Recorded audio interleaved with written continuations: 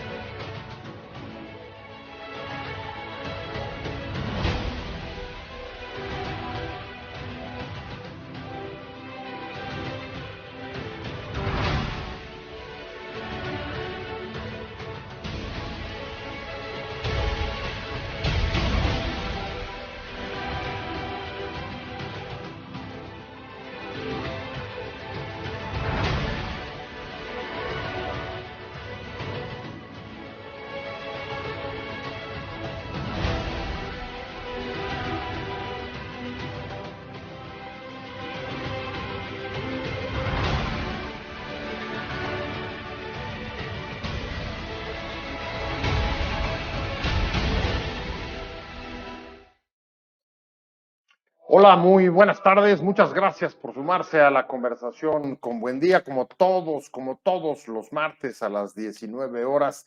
Nos da mucho gusto recibirlos en este programa para poder debatir sobre asuntos que nos están afectando a todos. Estamos saliendo por WOW TV, canal digital a todo el país, por Regeneración Plural en el sureste y por mis redes, José Buendía MX por Twitter, Facebook y YouTube. Vamos a entrarle al tema de hoy, que es un tema muy escabroso porque los últimos acontecimientos apuntan cada vez con mayor insistencia a que la narcopolítica está poniendo en jaque a la democracia en muchas de las zonas donde la violencia contra políticos y funcionarios se recrudece. Es un camino muy difícil, una situación extremadamente compleja, sobre todo para la respuesta que deben y hay que exigir a las autoridades porque enfrentan un enorme dilema. Y el dilema en este caso, como en muchos otros, generalmente lleva a la opción de escoger entre dos soluciones malas. Una de ellas que ha estado pululando por los distintos ámbitos electorales es utilizar, como ya se ha hecho, aunque de manera muy aislada, la anulación cuando se cumplen los requisitos de ley en aquellos municipios o incluso regiones donde la violencia haya impedido, coaccionado, limitado, afectado el voto libre debido justo al gatillo del crimen, una medida para tratar de disuadir a el crimen a penetrar, poniendo, impulsando, favoreciendo candidatos o eliminándolos, como acabamos de ver en el caso de Michoacán. Los dos aspirantes, uno de Morena y otro del PAN, que fueron asesinados a tiros en un lapso de menos de 12 horas entre uno y otro. Y la otra opción es la que podríamos o podría cobijarse dentro de la política de seguridad del presidente López Obrador de abrazos y no balazos, esto es, no generar acciones que provoquen mayor violencia y en ese sentido dejar pasar las cosas, con lo cual se trata de ahorrar, o eso es lo que ha buscado el plan presidencial, ahorrar que los crímenes aumenten dolor, extorsión para las familias, para la gente que está viviendo este proceso, las elecciones más grandes que ha habido en este país, pero en muchas zonas se está viviendo con temor, con incertidumbre y por supuesto los candidatos. Vamos a discutir sobre este tema y por ello me da muchísimo gusto que nos acompañen hoy aquí tres especialistas sobre este tema que además han estado haciendo investigación, recogiendo datos, armando estadísticas Saludo primero a Teresa Martínez Trujillo, ella es profesora de la Escuela de Gobierno del TEC de Monterrey. Teresa, un gusto tenerte aquí. Muy buenas noches, Pepe. Gracias por la invitación y un gusto compartir el espacio con Icharo y con Daniela. Daniela Arias, ella es del Laboratorio Electoral. Llevan también ya un rato largo haciendo seguimiento de los procesos electorales y de sus dificultades. Gracias por estar con nosotros, Daniela. No, muchas gracias a ustedes por la invitación, un honor estar aquí. Y Charo Arteta, ella es de Data Cívica. Data Cívica, la pueden seguir, ha estado generando mucha información, mucha data, ahora sí que mucha data sobre esta problemática que ha estado publicando diversos medios. Hoy, por ejemplo, vi algunos datos que publicaba El País, pero no solo ellos, sino otros medios. Y pues un gusto que estés también con nosotros para poder compartirlos. Y Charo, muchas gracias. Igualmente, gracias por la invitación y qué gusto compartir aquí con otras dos mujeres también. Pues si les parece, voy a seguir el mismo orden con el que acabo de presentarlas. Y voy contigo, Teresa, y déjame entrar directamente al dilema que nos preocupa. A ver, el tema sobre el avance de la narcopolítica en el país me parece que está bastante fuera de duda. Simplemente hay que ver los datos ya, y seguramente y Charo nos los precisará un poco más tarde, pero es indiscutible que hay en muchas zonas en las que el crimen organizado, los cárteles o las distintas pandillas vinculadas a los cárteles se están poniendo y quitando candidatos, sobre todo a nivel municipal. La respuesta del gobierno es muy complicada, es muy difícil, es un riesgo enorme, porque por un lado algunos están diciendo hay que apelar a la ley. ¿Y qué significa la ley? La ley significa que si 20% de las casillas en cualquiera de los tipos de cargos a elegir fueron obstaculizadas o afectadas por la violencia, se puede anular. Y esto como una medida disuasiva contra los cárteles. Sin embargo, hay otros que dicen eso no haría más que avivar todavía más la violencia, y ahí entra el abrazos y no balazos del Plan Presidencial de Seguridad, donde dice lo peor que se puede aquí hacer es combatir con la violencia, para utilizar las palabras del presidente. ¿Cómo abordas este dilema y dónde te posicionas tú en este punto, Teresa? Gracias, José. Mira, lo primero que te diría es que efectivamente no está en duda el nivel de violencia que hay alrededor de los comicios y de los contextos electorales, aunque no ocurre exclusivamente en contexto electoral, ¿no? La violencia política al final es un tipo de violencia que se va a extender a lo largo de la vida política y con otros actores, pero desde luego se recrudece en épocas de elección. No está en duda el nivel de violencia, aunque sí queda mucho menos claro pues la diversidad, digamos, de perpetradores, porque tienes razón cuando evocas, digamos, al narco, lo que sea que ahora signifique esto, o crimen organizado, o pandillas, y cuando empezamos a hacer esa, digamos, discusión de posibles perpetradores de violencia, nos damos cuenta que hay una multiplicidad de actores violentos, y eso es en parte lo que hace muy complicada esta situación, ¿no? Desde lo que nos revelan los datos sobre cómo a veces lo que tenemos por perpetradores son algo tan genérico como grupos armados, comandos armados, sujetos armados, que es tremendamente vago. Y me parece que el dilema en el que está el gobierno tiene que ver con las consecuencias de no haberse hecho cargo del proceso electoral desde hace mucho tiempo. Porque llegar al nivel de la anulación de la elección, en realidad lo que está haciendo es aceptar un fracaso de una serie de medidas que se hubieran podido tomar desde tiempo atrás, ¿no? Si pensamos, por ejemplo, que una de las razones por las que ocurre la violencia política, más allá de los mercados ilícitos, que es desde luego una razón importante, son otro tipo de tensiones políticas intrapartidistas, por ejemplo. En otros momentos hubo mesas de distensión política que hacían un trabajo de base muy importante para tratar de disminuir riesgos específicos en espacios donde era muy complicado llevar a cabo la elección, ¿no?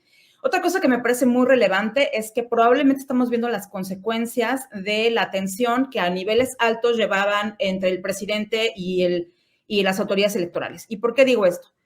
La autoridad electoral es una de las poquísimas autoridades del Estado que logra entrar prácticamente a cualquier rincón del país, porque tiene credibilidad, porque no resulta amenazante para nadie, porque de alguna manera lleva una representación ciudadana, ¿no? Un halo ciudadano. Si hoy en día los funcionarios de casilla, quienes están haciendo el trabajo de capacitar, quienes están haciendo el trabajo de pensar los espacios y la logística para poder llevar las casillas, saben de cierto que no están en condiciones del día de la elección establecer un espacio seguro, eso también habla del rompimiento de una comunicación que en su momento fue muy importante entre la autoridad electoral y las autoridades políticas y de seguridad del Estado para justamente hacerse cargo de la disuasión de las tensiones políticas o bien la temperación de riesgos criminales, no el día de la elección, sino desde mucho tiempo antes. Entonces, para mí, digamos, por eso se plantea como un dilema en el que bien decías, no hay un camino que sea más favorable que el otro, pero lo que me parece es que al final lo que nos está mostrando es que ahí donde no se hayan tomado una serie de decisiones que tienen que ver con haber mejorado mecanismos de protección, que hace tiempo que se han mostrado las limitantes y las debilidades, al no haber trabajado con diferentes mecanismos de disuasión y sobre todo de distensión para otro tipo de conflictos que también originan violencia política, al no tener muchísimo más claro otros actores y desde luego no tener ningún proceso claro ni de justicia y mucho menos de verdad en muchos de los casos que tenemos en las estadísticas que se muestran en las bases de datos, pues el terreno está puesto perfectamente para que esto se vea como la elección. Vamos a otra elección a la que vamos a decir la elección más violenta, ¿no? Ya parece un histórico, cada vez una más violenta que la otra. Así es, Daniela.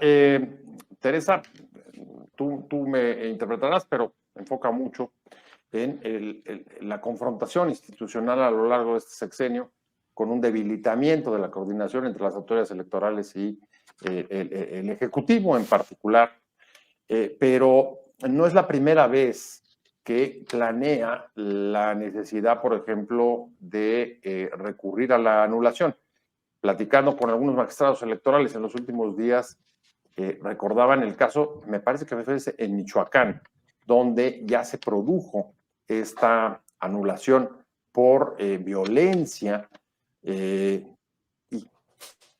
me parece que tuvieron que recurrir a esta cosa de la anulación o cláusula abstracta, que incluso ha dejado de llamarse de esa manera, para poder ir hacia allá.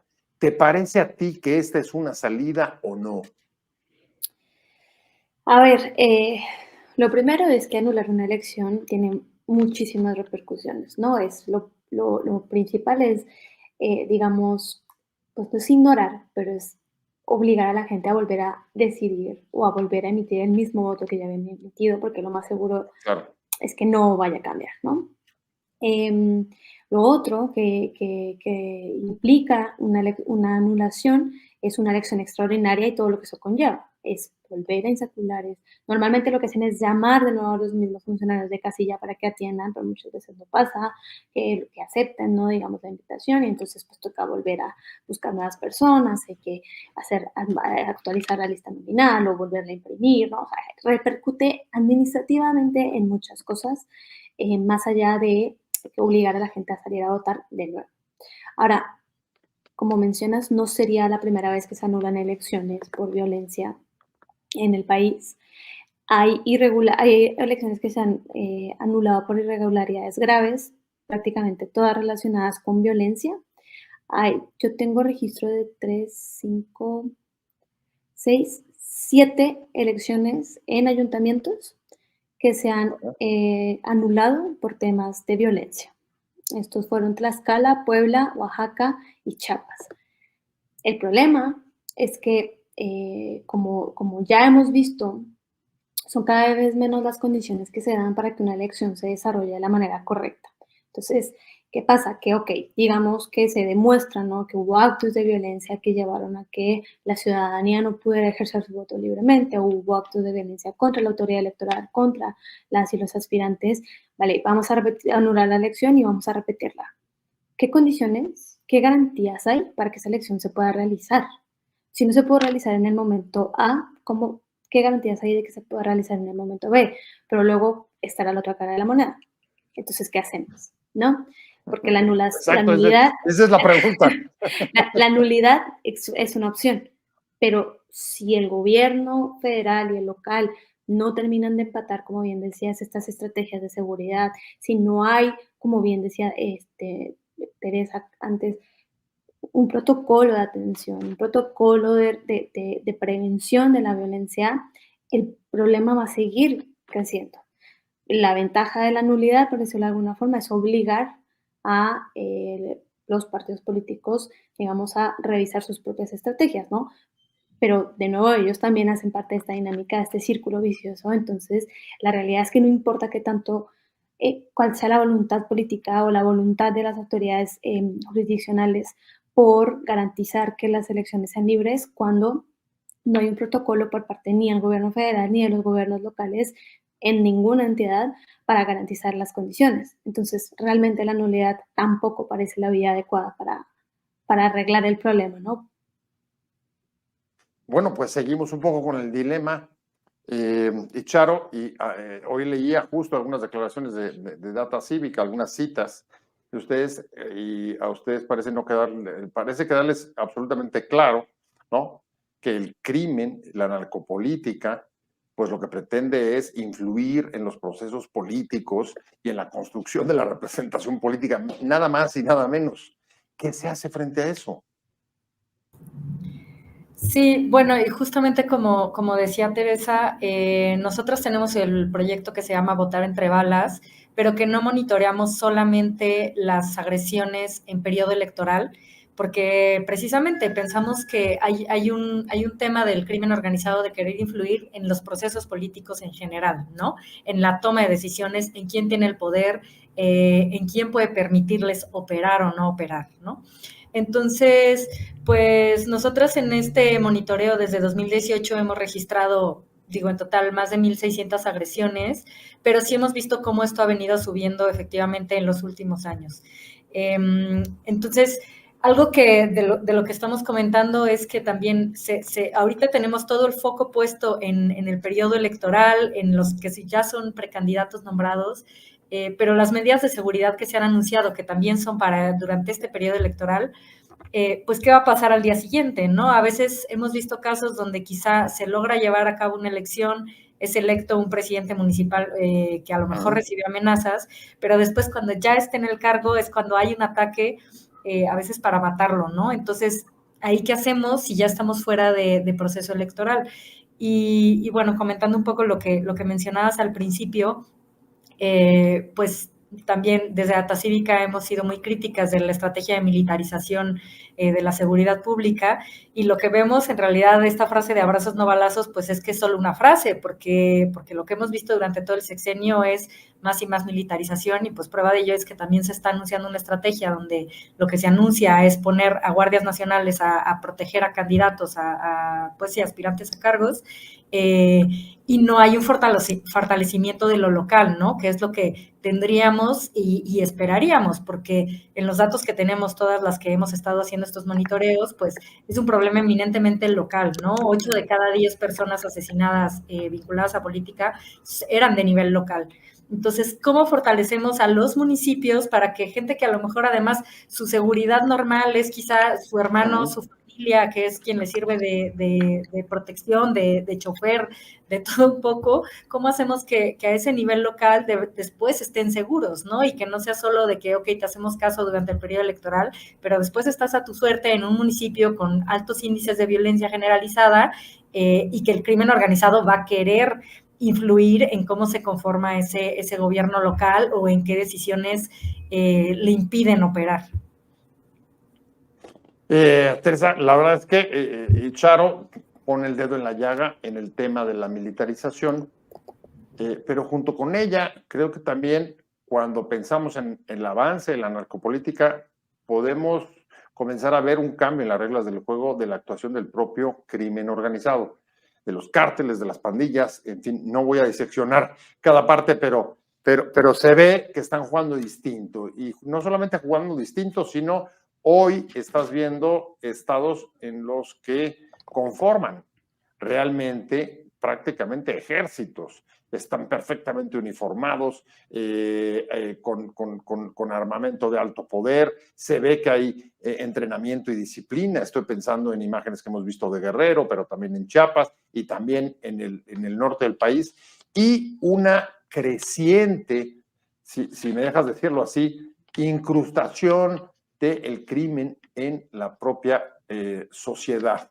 Lo vemos simplemente con, pues un poco, con el desenfado con el que caminan, se exhiben y los puedes ver en los lugares públicos. Ese es el contexto de esta elección, Teresa. Es el contexto de la elección y es también un proceso que se ha ido, digamos, haciendo de a pocos, ¿no? Ya tenemos años obsesionados con el análisis de la violencia, ¿no? Son por lo menos 15 años de estudios y de revisiones y de discusiones y de reportes y reportes que hablan sobre el incremento de los homicidios o que baja tantito, que sube poquito, ¿no?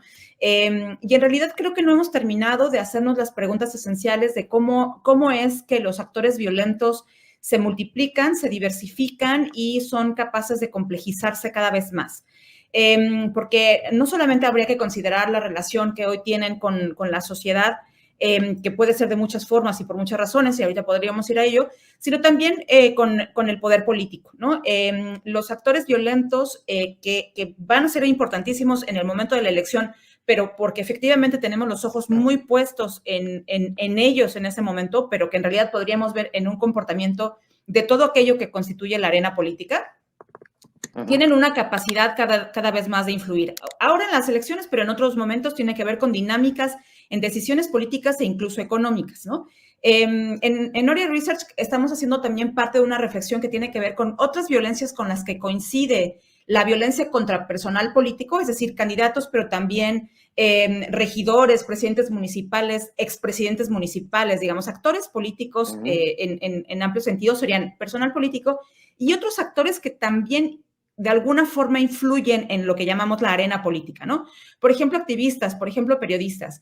Momentos que encontraremos en algunas zonas donde coinciden estas tres formas de violencia. Y ahí donde hay concurrencia de esta violencia, por lo menos sugiere que no son historias que vayan por separado. En ese sentido, creo que no solamente estamos viendo actores que tienen efectivamente muchísima más capacidad violenta, mucho más espacio de control, ¿no? Estas cosas que llamamos las gobernanzas criminales, ¿no? Que tienen capacidad de estructurar la vida social.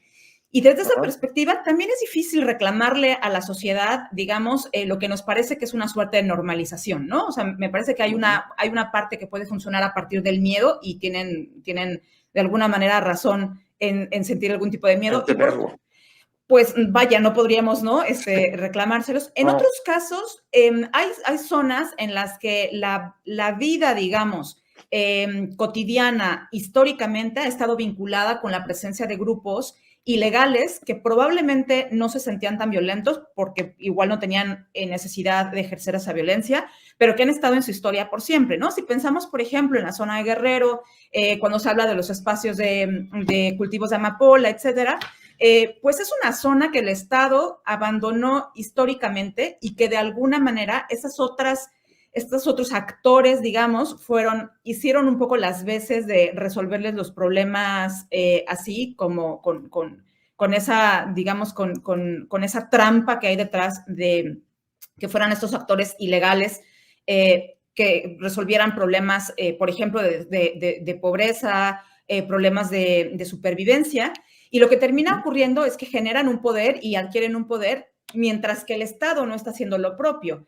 Coincide, además, con el proceso de militarización del que ya hablaba Charo, también coincide un abandono por completo a los procesos de fortalecimiento de las instituciones civiles, de policías. No solamente tenemos a la Guardia Nacional de protagónica de prácticamente todo, y desde luego al Ejército, sino también un abandono de todo lo que fue, para bien o para mal, el desarrollo de las policías civiles, ¿no? Locales y federal. Entonces, ¿a quién más pondríamos a cuidar candidatos, ¿no?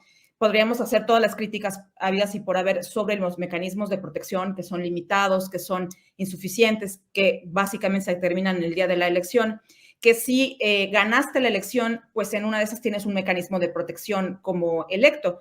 Pero si no ganaste la elección y tu agresor era tu correligionario de partido, pues buena suerte sobreviviendo en la política, ¿no? Particularmente para las mujeres. En ese sentido, me parece que tendríamos que considerar que efectivamente es el resultado de no solamente el avance por parte de las organizaciones criminales, sino de alguna manera una decisión con mucho corte político de no apostar, por ejemplo, por instituciones civiles. Y ahí donde no se... Si poniendo empeño en renovar instituciones civiles es complicado y no sale, abandonándolo por generación espontánea no va a ocurrir nunca.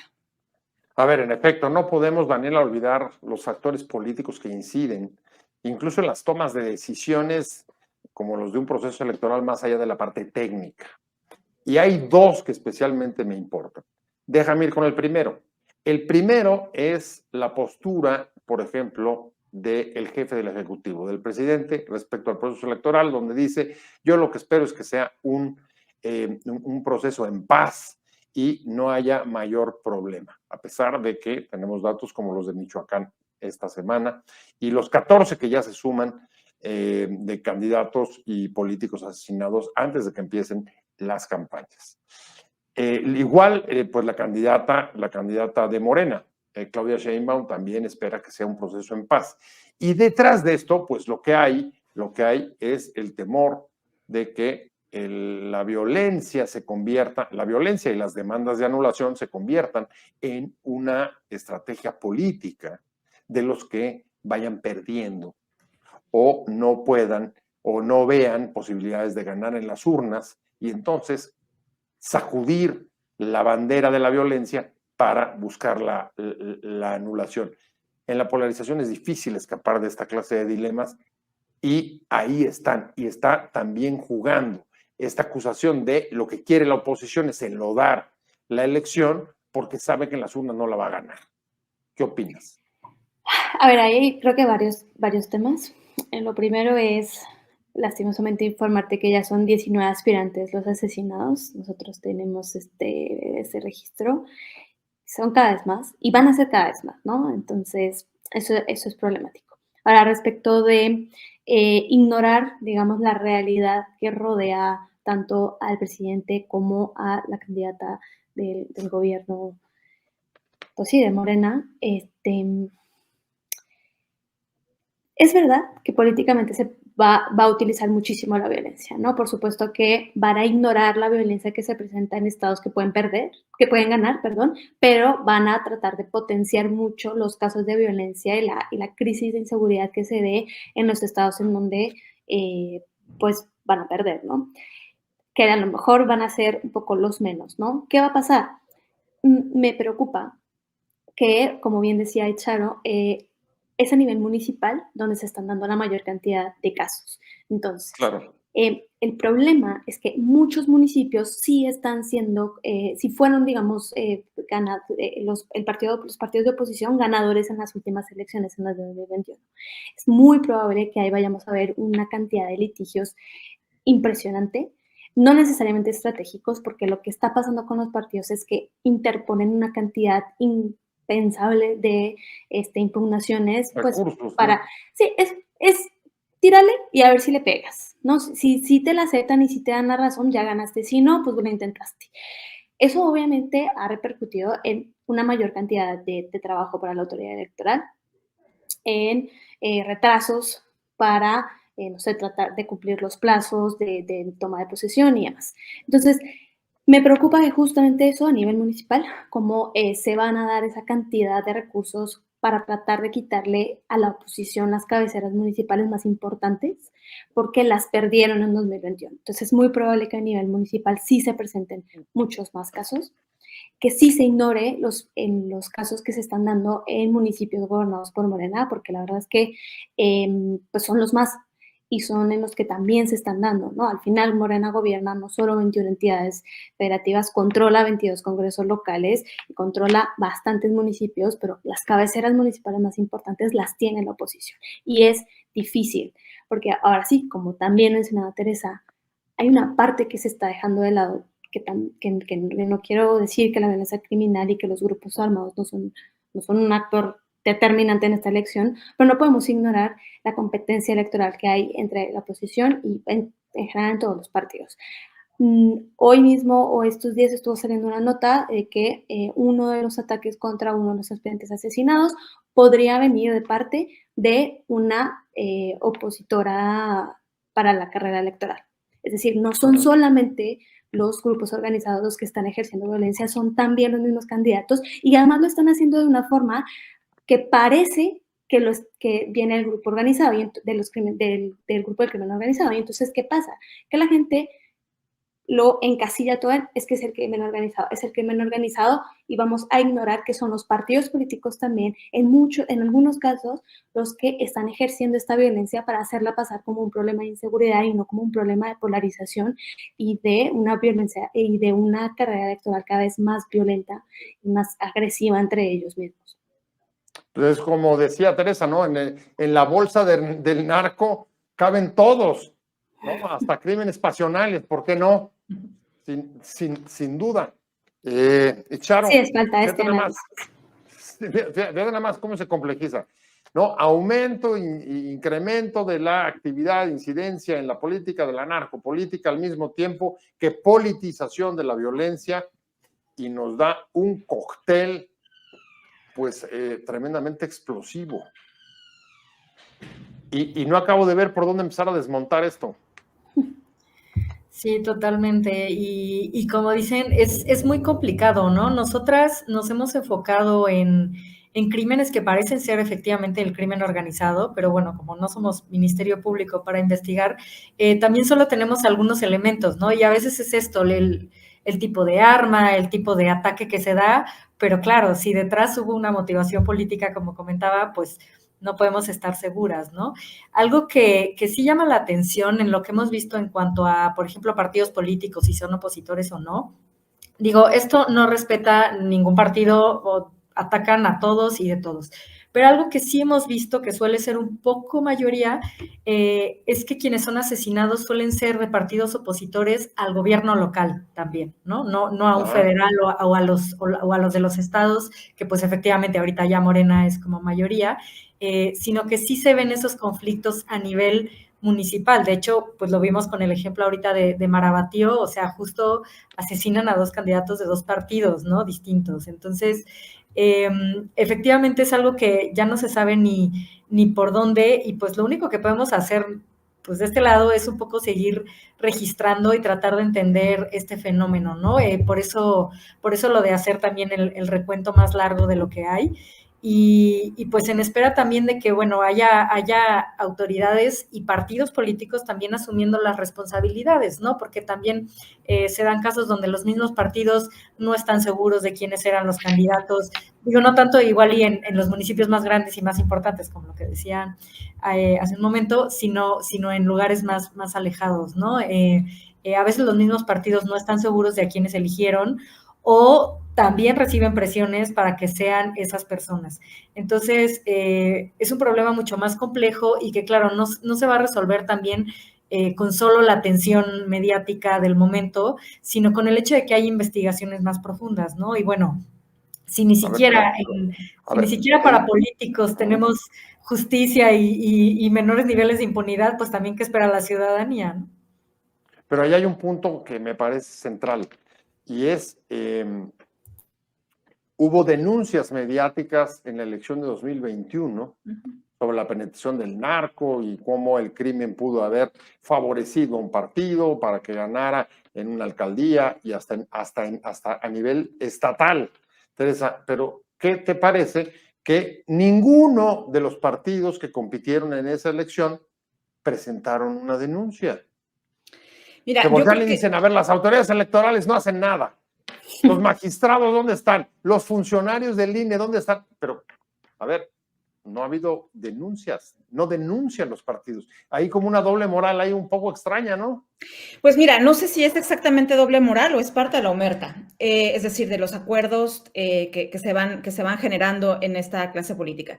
La violencia, en todo caso, es un instrumento que utilizan tanto unos grupos como otros, en este caso también pueden estar los actores partidistas, para dirimir cualquier tipo de conflicto, ¿no? Porque pueden hacerlo, porque efectivamente las condiciones tanto de impunidad como de falta de investigación están dadas como para dirimir un conflicto que en una democracia tendría otros mecanismos, pues aquí tienen balas, ¿no? Y en ese sentido también es un problema de falta de memoria.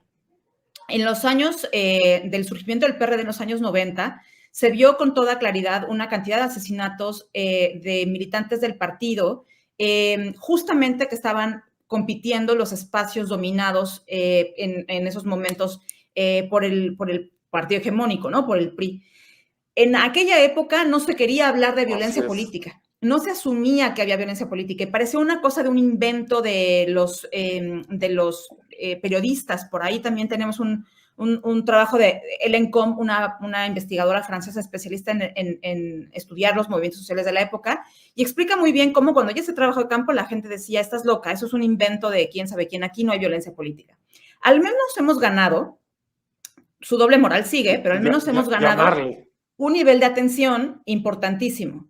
La elección del 2021 efectivamente mostró niveles altos de violencia, pero también mucha gente trabajando alrededor, no solamente de registrarla y medirla, cosa que, por cierto, no hace oficialmente el Estado, ¿no? O sea, quienes estamos haciendo estos esfuerzos siempre es sociedad civil haciéndose cargo de cosas y por ahí deberíamos empezar. La academia con registros, con herramientas que se desarrollan, siguiendo medios de comunicación, con los sesgos que eso significa, porque los medios de comunicación no cubren aleatoriamente, pero bueno, es mejor eso que no tener nada. Entonces, también vamos resolviendo por ahí, mientras que el Estado dice, pues yo, ¿cuáles de qué me hablan con las violencias, no? Nos dejan un poco enredarnos también en nuestros sesgos, en lo que sí mide, lo que la aproximación de la variable, etcétera.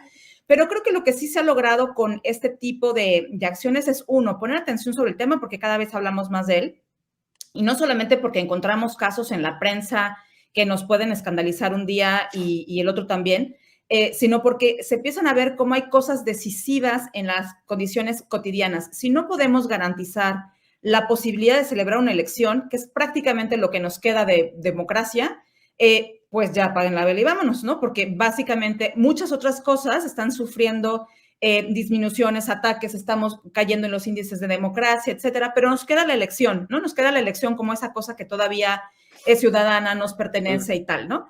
Si esto lo ponemos en duda, entonces estamos básicamente entregando como esta última cosa. Primero, yo incluso tendría un voto de confianza por una ciudadanía que puede hacer de su elección un espacio propio, ¿no?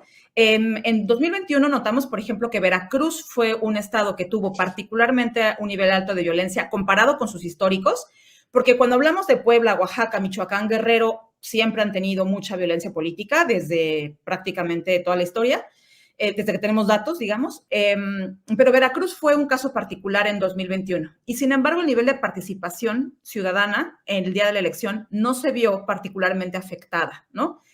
¿Cómo lo explicamos? Eso todavía es trabajo de académicos y analistas, pero de alguna manera también la ciudadanía está lanzando ahí mensajes, ¿no? Desde luego, si no cuidamos las condiciones que permiten que la gente vaya a votar, ¿no? Y que la elección se celebre, lo próximo que vamos a tener son caídas en los niveles de participación, ¿no? Abandono, por ejemplo, en los procesos de aceptar ser funcionarios de casilla, ¿no? Y ahí iríamos dejando justamente esa parte que nos queda de... Descrédito y últimamente es el abandono de la cosa primigenia de la transición, ¿no? Que fue justamente la posibilidad de tener elecciones justas y con certeza de proceso, ¿no? Creo que por ahí está una de las pistas sobre las que se tendría que trabajar. De este lado, coincido con Icharo, lo que nos toca es no solamente seguir analizando, sino seguir demandando información, ¿no? No está muy bien que hagamos esta tarea de registrar, pero también hay que tocar puertas y decir, a ver, aquí hay cosas. Sabemos poquísimo sobre lo que está pasando con lo que esté haciendo el gobierno, cualquier cosa que esté haciendo el gobierno federal, por ejemplo, con mesas de distensión política, que son instrumentos fundamentales que se usaron en otros momentos en la historia y que estaban ahí para desactivar. Es lo que se llama en el argot la operación política, ¿no? que se desactivaban tensiones, porque a veces son tensiones por tierras, a veces son tensiones efectivamente partidistas, a veces son intrapartidistas, es decir, al interior los partidos políticos no son monolitos perfectos en los que todos se ponen de acuerdo y eligen a un candidato, ¿no? Ahí también hay muchísimas tensiones y mucho más a nivel local. Sí tenemos certeza en que la joya de la corona es el nivel local, ¿no? Y también lo que nos completa el panorama es que donde más frágiles son las instituciones de seguridad, y eso hace 15 años que lo venimos escuchando, es lo municipal, ¿no? Entonces, si alguien puede tiene algún tipo de capacidad o recurso para generar, por ejemplo, mecanismos de protección, es el nivel federal, quien tiene el menor problema en términos de violencia. Y en cambio, el nivel local, que tiene el máximo problema, depende del nivel federal, que siempre te va a decir, no tengo guardias nacionales suficientes para proteger a esta cantidad de personajes en riesgo, ¿no? Y desde la lógica de la escasez de recursos, que es una historia, es un cuento de nunca acabar, pues se queda en que se vaya gestionando un poco, ¿no? Que se vaya gestionando casi de manera orgánica, ¿no? Por no decir salvaje. O inercial casi. Pues mira, la verdad es que es cierto, y voy a otro de los puntos que políticamente preocupan en este momento. Lo aludía Teresa, no con estas palabras, pero en efecto, la narcopolítica y la violencia política también es un escaparate político que atrae la atención junto con todo lo que está alrededor, ¿no? De recoger datos, llevar estadística, etcétera. Y justo en ese escaparate, Daniela, hemos venido viendo en los últimos tiempos, pues, un incremento importante de las críticas, de los señalamientos de la prensa internacional. Me refiero a lo que ha estado sacando algunos portales de Estados Unidos, el Washington Post hace un par de días, en relación con el dinero en las campañas, sobre todo tratando de enlodar al López Obrador en 2006 y 2018, pero también diciendo, pues, que la violencia política que estamos viendo es una muestra, un ejemplo del fracaso de la política o del plan de seguridad del gobierno federal, porque muchas de las plazas habrían o estarían controladas por el crimen más que antes de 2018. ¿Cómo enfrentar, digamos, o cómo despolitizar ese tema? Porque parece abierto el interés de incidir. ¿Se vale que Estados Unidos quiera, o grupos de Estados Unidos, involucrarse de esta manera, explotando esta vitrina en las elecciones mexicanas? A ver, esa injerencia se ha visto, o ese intento de injerencia es un esfuerzo permanente, ¿no? Siempre va a haber algún interés por parte de Estados Unidos por tratar de influenciar hacia uno u otro lado la elección en México, porque al final, pues, el fenómeno, México-Estados Unidos es único en el mundo. Entonces, pues bueno, ignorar esto nos atrasaría muchísimo, ¿no? A ver, el problema con que se estén haciendo, digamos, este tipo de reportajes es que, por un lado, como bien mencionas, el Washington Post, pues, sacó, ¿no?, la nota y dijo, trató de demostrar, digamos, todas estas irregularidades en la financiación y demás. Pero por el otro lado, la Casa Blanca dice que no existe ninguna investigación contra el presidente, que realmente ellos no tenían conocimiento absolutamente nada de eso. Entonces empieza a haber como un choque, porque ya no queda claro quién está tratando de tener injerencia, ¿no? Si hay grupos editoriales detrás que están tratando de involucrar de alguna forma a otros actores para tratar de influenciar al círculo rojo, que es el que lee el Washington Post, básicamente, o si definitivamente la Casa Blanca está tratando de mandar algunos, no sé, ataques o críticas de forma indirecta, ¿no? Y más allá, un doble digamos, lenguaje.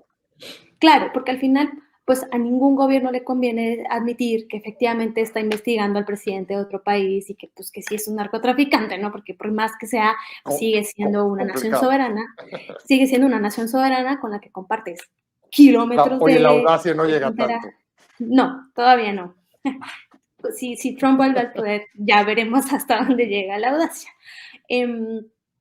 Pero claro, lo preocupante es sin ese tipo de esfuerzos periodísticos, como bien mencionaba antes Charo, sin ese tipo de investigaciones que se tienen que hacer sobre el financiamiento ilegal, que es también una problemática, así como lo de la violencia electoral, también es el financiamiento ilegal de las campañas, porque se ha demostrado de forma paralela a la autoridad electoral y a los informes presentados por los partidos políticos, que sí están recibiendo dinero de fuentes desconocidas.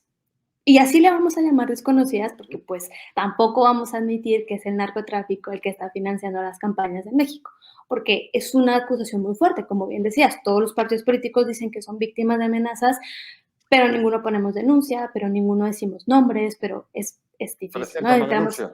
Claro, entonces entramos en este círculo vicioso, ¿no? Porque, por ejemplo, me quiero ir un poco más a lo local. Ahorita tenemos 3 aspirantes asesinados en Marabatío y vale la pena aclarar, 2 de Morena, 1 del PAN. La persona segunda de Morena que acaban de asesinar siguió, digamos, estaba en el equipo del primero, de Dagoberto. Y entonces entró como su suplente, digamos, para continuar en este puje por la candidatura. Lo asesinan al del PAN. ¿Cuál es el mensaje que nos está llegando de ese lado?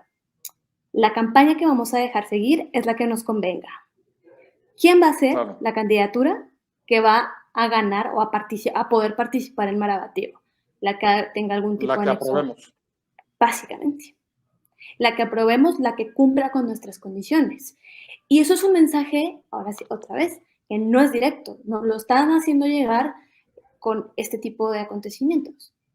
Pero no lo están diciendo así como tal cual. Y entonces es importante que sí se siga haciendo, digamos, este ejercicio de denuncia, este ejercicio de análisis, como bien mencionan, y puede ser problemático que a lo mejor las investigaciones lleguen de periodistas estadounidenses, ¿no? De medios estadounidenses, pero la realidad es que si de por sí a los periodistas estadounidenses los están amenazando y el presidente en la mañanera filtró datos personales a una persona que ni siquiera es mexicano, ¿qué garantías? Y que puede salir del país, ¿no? Y que el New York Times la puede llamar a Estados Unidos como para garantizarle cierto nivel de seguridad. Trasladar. Claro, ¿qué garantías tienen las y los periodistas nacionales para hacer ese tipo de investigaciones? No lo tienen. Entonces, pues sí, la politización y el nivel de injerencia a lo mejor sí se ve, sí están tratando de decirnos un fenómeno, de darnos a entender algún fenómeno que están revisando, pero pues hay otras vías las hay, ¿no? Lo que pasa es que no son seguras para todas las personas involucradas.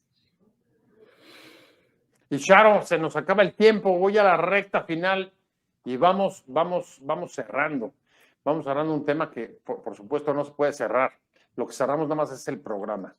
Y me gustaría tu punto de vista a partir de los datos que tienes, ¿cuáles son las tendencias que ves para los próximos 3 meses? Pues mira, algo que ya comentamos aquí, el nivel más grave de riesgo es a nivel local. También los estados en los que hemos visto que hay más casos, que son también los estados donde constantemente vemos que están pues con los niveles más altos de delitos de alto impacto, son Guerrero, Guanajuato, Veracruz y incluso un poco Oaxaca. En ciudades tenemos Tijuana. Chiapas ha subido muchísimo, eso es algo que es un fenómeno muy preocupante porque exactamente en los primeros años de nuestro monitoreo Chiapas aparecía pues por ahí, entre los últimos lugares, no había muchos casos, y ya el año pasado, que fue el más violento que tenemos, cerró en el lugar 5º, me parece. Entonces ya es algo que no nos esperábamos y que sí se ha puesto como mucho más violento. También, bueno, algo que quería comentarles ahorita y que creo que mencionaba Teresa sobre los ataques también a la seguridad local, como nosotros registramos también agresiones a otro tipo de funcionarios, incluimos funcionarios de seguridad, pero no como policías en combate, ¿no? O sea, no es que hay una balacera, sino, por ejemplo, el jefe de seguridad policial local que está el fin de semana comiendo en un restaurante y van y lo matan, ¿no? Y entonces nosotros también tenemos ejecuciones a quienes pueden tomar decisiones en temas de seguridad, sí. Y de eso tenemos registrado un aumento brutal durante 2022 y 2023. Entonces, esa es alguna de las tendencias. Otra cosa que también hemos visto en 2018 y 2021 es que el mes donde más agresiones hay es justo el que es antes de las elecciones. Entonces, podemos esperar que pues mayo pudiera ser aún peor, con eso de que este enero ya fue peor que el enero o sea, el doble de lo que habíamos visto en enero de 2018 o en enero de 2021, ¿no? Que hubo también estas elecciones federales muy grandes.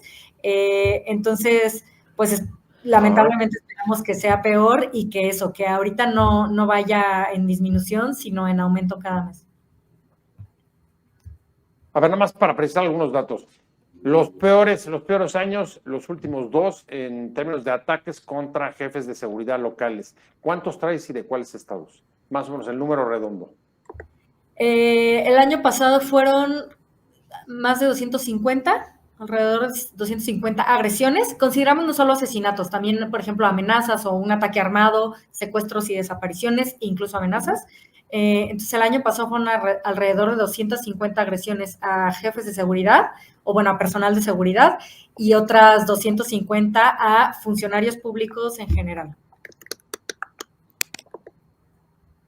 De las alcaldías, de presidencias municipales. Sí, el 80% son de nivel municipal. Tu dato, porque aquí lo podemos contrastar. Todos traemos datos distintos. Por ahí, Daniela me decía, ya subió a 19, ¿no? Sí. Data, si mal no recuerdo, traía 21 asesinatos de actores políticos, o sea, no solamente candidatos, sino también funcionarios. ¿O cuál es tu número total antes de la elección, en este proceso electoral? 21 agresiones de distintos tipos. Nosotras tenemos como asesinatos solamente 13, pero 21 agresiones en total, okay, incluyendo estas amenazas y secuestros y ataques armados a precandidatos. Ok. Daniela, tú sí traes 19, ¿no? Yo traigo 19. Nosotros traemos 19 asesinatos, más 16 atentados o ataques armados, 8 casos de amenazas y 5 secuestros, desapariciones, secuestros express, levantados. Personas que nada más levantan y lo dejan ir. Esos son los datos que nosotros traemos. Como secuestros express. Pues ahí está el tema, la verdad es que todavía va a dar mucho de qué hablar. Sí. Pues a mí se me agotó el tiempo y yo les quiero agradecer mucho por su participación y por esta tan rica conversación e intercambio de puntos de vista. Teresa, de verdad, muchas gracias por tu participación. Teresa Martínez, de la Escuela de Gobierno del TEC de Monterrey. Nos enlazamos contigo hasta Monterrey. ¿Cómo está Monterrey? Pues se está poniendo caluroso. Se está poniendo caluroso y por lo demás con sus dinámicas también de administraciones de violencia. Oye, porque ahí tienes también elecciones al Congreso. También. Nada más y nada menos. Lo que ha sido la piedra del zapato del gobernador Samuel García. A ver cómo les va con la violencia política ahí. Ojalá que no. Ojalá que no, y luego no toquemos el punto también de lo que puede ocurrir con tantas mujeres. Por primera vez tenemos esa cantidad de mujeres candidatas en todo el país, y eso en un esquema patriarcal y violento no va a ser precisamente bien tomado, así que también podemos ver, nos imaginamos que va a empezar a ocurrir algunas tendencias en particular contra mujeres. Hay que estar atentos de eso. Oye, aunque es cierto que no hemos visto, ¿verdad? La mayoría de las agresiones han sido contra hombres, ¿no? Bueno, normalmente la mayoría son, pero lo que tendríamos que estar pendientes es el incremento de las agresiones contra mujeres. Es decir, cuando comparamos hombres contra mujeres, normalmente son más, pero porque además hay más hombres, ¿no? En la arena política. Pero lo que va a ser importante ahorita que tenemos tantas candidatas como nunca antes habíamos tenido por la paridad total, es si incrementa la violencia. Y otra cosa que también es muy interesante, si incrementa la violencia perpetrada por mujeres, porque en ese terreno de leones y zorros toca también en algunos casos la perpetración de violencia, ¿no? Sí, no, por supuesto, va a estar al pendiente de toda la evolución de todas esas tendencias, pero es violencia política, violencia de género, mezcladas y además subiendo la temperatura para tener una primavera y un verano muy caliente en este país. Y ahí sí me estoy refiriendo a la temperatura nada más. Daniela, muchísimas gracias, Daniela Arias, de Laboratorio Electoral. Muchas gracias por haber estado con nosotros. Un gusto, Daniela. Igualmente, muchas gracias. Un placer haber compartido esta plática con todas. Oye, igual, Charo Arteta, muchas gracias. Data Cívica, Comunicación Estratégica de Data Cívica. Un placer, Charo, muchas gracias. Muy agradecidas también por la invitación y bueno, los invitamos a revisar nuestra página y nuestros datos, que es una base pública, la puede abrir, la puede ver quien quiera para que puedan hacer sus propios análisis. Pues ahí está, seguramente te van a ir a visitar después de todo lo que platicamos hoy en este programa. Gracias a las tres, pero sobre todo a usted por haber estado con nosotros hoy aquí en Conversando con Buen Día. Nos vemos el próximo jueves, como todos los martes y jueves a las 19 horas, les recuerdo. Si me ayuda, vamos suscribiéndose a mi canal de YouTube porque estamos subiendo. Si nos ayuda, podemos extender y ampliar esta conversación. Gracias, Wow TV, canal digital. Estamos saliendo a través de ellos a todo el país y, por supuesto, Regeneración Plural en el sureste y por mis redes, José Buendía MX, por YouTube, Facebook y Twitter. Gracias sobre todo a Fernando Robles, que es el productor de este programa y quien nos permite conectar en esta conversación. Que tengan una muy buena semana y nos vemos el jueves. Hasta luego. Adiós. Hasta luego.